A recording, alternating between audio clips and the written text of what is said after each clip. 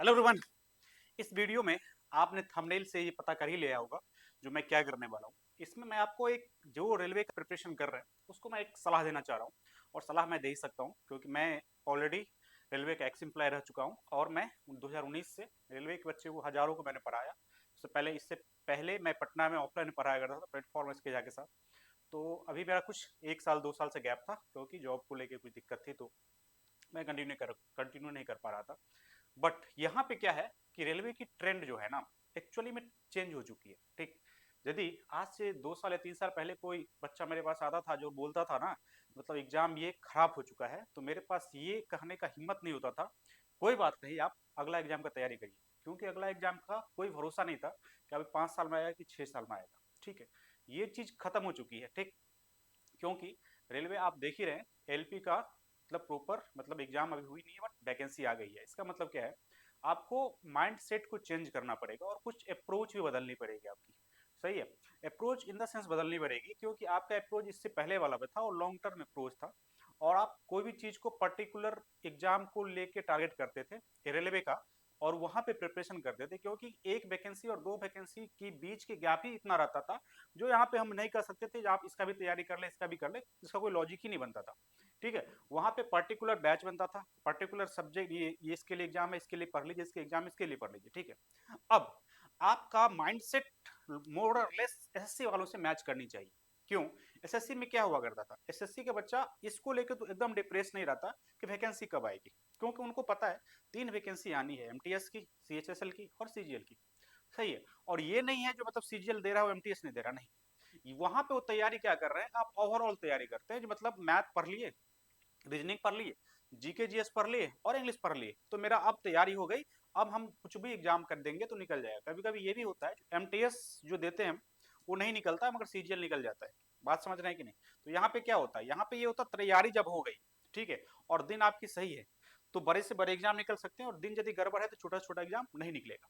तो same condition आप railway में लग गया है।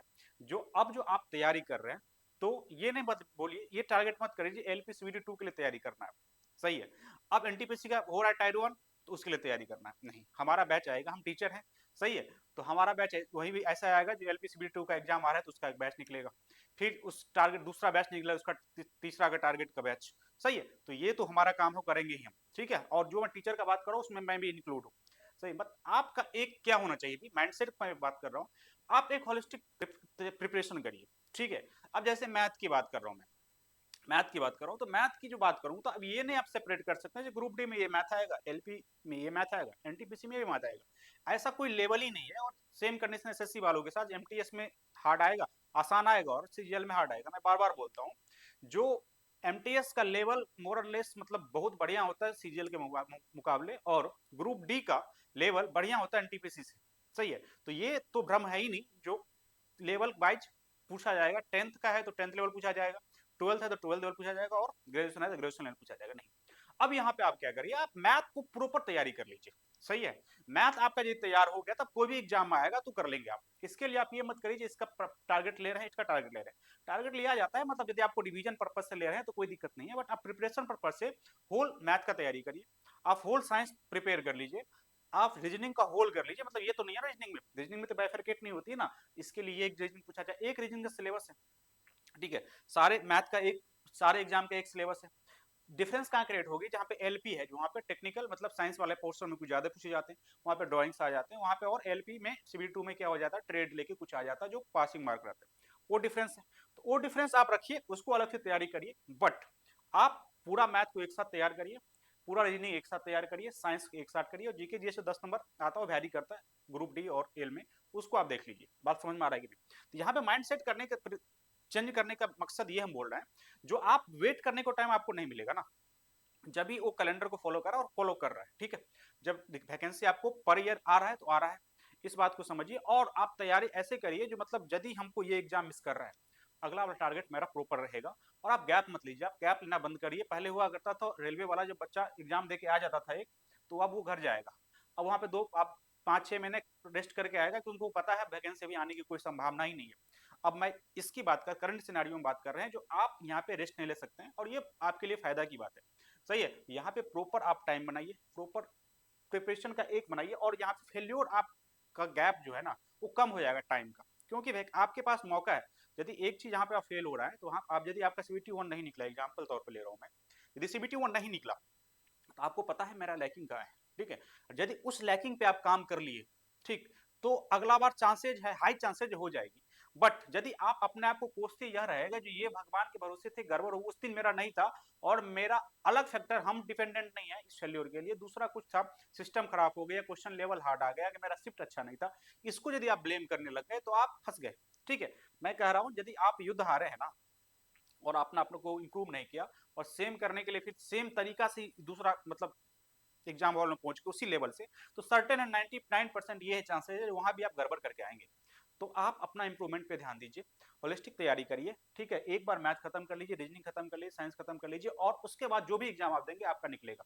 तैयारी होने के बाद सारा एग्जाम निकलता है। मैं बोल रहा हूँ, मैं एसएससी और रेलवे में मेरा 8 ज्वाइनिंग लेटर है, सही है, 8 ज्वाइनिंग लेटर है। तो इसका मतलब ये क्या, मेरा जब तैयारी हो गई तो मैं कोई एग्जाम दूंगा निकालूंगा, नहीं समझे बात। मैंने रेलवे में था पहले, स्टेशन मास्टर छोड़ा उसको, फिर मैं एसएससी में ज्वाइन किया, ठीक है। अब कहाँ किया उसको तो मैं रिवील नहीं कर सकता, थोड़ा सेक्रेट पोस्ट है, बात समझ रहे हैं कि नहीं। तो आपकी तैयारी जब एक सर्टेन लेवल पे आ जाएगी तो आप ज्वाइनिंग लेटर की लाइन लग जाएगी, बात सही है। अब ये मत कहिएगा हमको जो सर आपने पोस्ट खाया, पोस्ट में उसी को प्रीफर किया था जिसमें वेटिंग लिस्ट था, सही है, बात समझ रहे हैं ना। तो आप तैयारी प्रॉपर तरीके से करिए और एक होलिस्टिक वे में तैयारी करिए और ये मत करिए जो मतलब ब्रेक मत करिए अपना आपको, क्योंकि ब्रेक करना अब दिक्कत है। और रेलवे अपना माइंडसेट थोड़ा चेंज करिए, क्योंकि एसएससी वाला के पास जो माइंडसेट है वो माइंडसेट लेके आप आइए, जब भाई ये नहीं हुआ तो आप अगला होगा एनटीपीसी, ठीक है, थोड़ा पेपर गड़बड़ हुई है, अगला एग्जाम है ग्रुप डी है, एलपी है, बात समझ रहे हैं कि नहीं, ठीक। तो वहां पे एक जॉब लेना कंफर्म, ये मत समझिए जी यहाँ पे क्या करें, ठीक है, एक कंफर्म करिए और ये कंफर्म करने के बाद आपको कॉन्फिडेंस अपने आप में बिल्ड होगा। अब जैसे ग्रुप डी है, आप यदि रेलवे की तैयारी कर रहे हैं तो आप सबको बोलिए मत ग्रुप डी का फॉर्म तो भर ही दीजिए आप, बात समझ रहे हैं। आपको जॉब करना नहीं है, नहीं करना, ये अलग बात है, मगर एक बार यदि भर्ती और निकल गया ना तो एक अलग आपको कॉन्फिडेंस आता है और आप में मतलब वो कॉन्फिडेंस आपको दूसरे एग्जाम में, एग्जाम हॉल में झलकेगा, भाई मेरे पास तो जॉब है ना, मतलब उसको आप पैनिक होकर नहीं, मोड में नहीं देंगे एग्जाम। मैक्सिमम चांस से होता है क्या, कंपटीशन की तैयारी करने वाला जो मैक्सिमम टाइम से कर रहा है, वो क्या होता है, वो लगता है जब एग्जाम हॉल में जाने के बाद इसके बाद ब्रह्मांड खत्म है, इस बात को समझकर एग्जाम नहीं देंगे जो ब्रह्मांड खत्म है, ठीक है। जब आपके पास जॉब रहेगी, ऑप्शन रहेगी, तो भाई ठीक है मैं बेस्ट दूंगा, नहीं होगा तो कोई बात नहीं, मेरे पास दूसरा तो है। तो ये हो जाती है यदि आपके पास ऑप्शन बढ़ जाते हैं तो, सही है। जितना थोड़ा प्रेशर कम होगी दिमाग पे, परफॉर्मेंस उतना बढ़ती है, बात समझ रहे हैं। तो आप इस तरह की तैयारी करिए और अपने आप को गैप देना बंद करिए, मैं बार बार बता रहा हूँ। और जो भी होगा मैं इस चैनल के थ्रू से आपको बताऊंगा। मैथ का प्रिपरेशन तो मैं करवा ही रहा हूँ यहाँ पे, और मैं ग्रुप डी का भी सीरीज डाल रहा हूँ, तो उसको भी प्रॉपर देखिए। और ग्रुप डी का सीरीज ये एनटीपीसी में जो टारगेट करिए वो मत समझिए ग्रुप डी का पेपर, वो एक प्रॉपर एक सर्टेन लेवल का मैथ है, उसको भी प्रॉपर वॉच करिए और देखिए, ठीक है। और कोई भी दिक्कत है आप कमेंट सेक्शन में बताइए। ये छोटा सा एक सलाह था भाई, छोटे बड़े भाई के नाते, इसको मानिए और ब्रेक मत लीजिए, होलिस्टिक तैयारी करिए, एग्जाम ओरिएंटेड तैयारी करिए, बट केवल और केवल हम ग्रुप डी का ही तैयारी करेंगे, केवल केवल एनटीपीसी करेंगे ऐसा करिए बंद करिए। रेलवे का तैयारी करेंगे और रेलवे में जो भी एग्जाम आएगा उसको निकालेंगे, ये नहीं हो सकता, ठीक है। बात समझ रहे हैं कि नहीं, थोड़ा थोड़ा डिफरेंस है, उसको आप मेकअप कर सकते हैं। एलपी वालों ये मेकअप कर सकते हैं, जो उसका ट्रेड अलग है तो कर लेंगे, और यह इधर नहीं है तो उसको छोड़ देंगे, उसके जो अलग सिलेबस है कर लेंगे। मोर और बेस 90% सिलेबस सबका सेम है, 10% थोड़ा इधर उधर हो सकता है, उसको आप मैनेज करिए और ओवरऑल तैयारी करिए। रेलवे करें तो रेलवे करिए, एसएससी करें एसएससी करें, एसएससी रेलवे वाला मैक्सिमम एक होते हैं, क्योंकि वहाँ पे इंग्लिश नहीं होता है। जो एसएससी तैयारी करता है वो रेलवे निकालता है, क्योंकि उसके पास एसएस इंग्लिश के अलावा इंग्लिश हट जाता है और सब कुछ सेम ही है, बात समझ रहे हैं कि नहीं। यदि आप रेलवे में हैं और यदि आप चाहते हैं अपना ऑप्शन बढ़ाना तो इंग्लिश तैयारी करना पड़ेगा, तो नहीं हो रहा है तो कोई बात नहीं, रेलवे पे कंसंट्रेट करिए और आपका निकल जाएगा। और इस दौर में ये है जो आप ब्लेम मत करिए सिस्टम को और कुछ को, बस एक जॉब लेके आप निकलिए, ठीक है। अभी के लिए इतना ही, थैंक यू वेरी मच।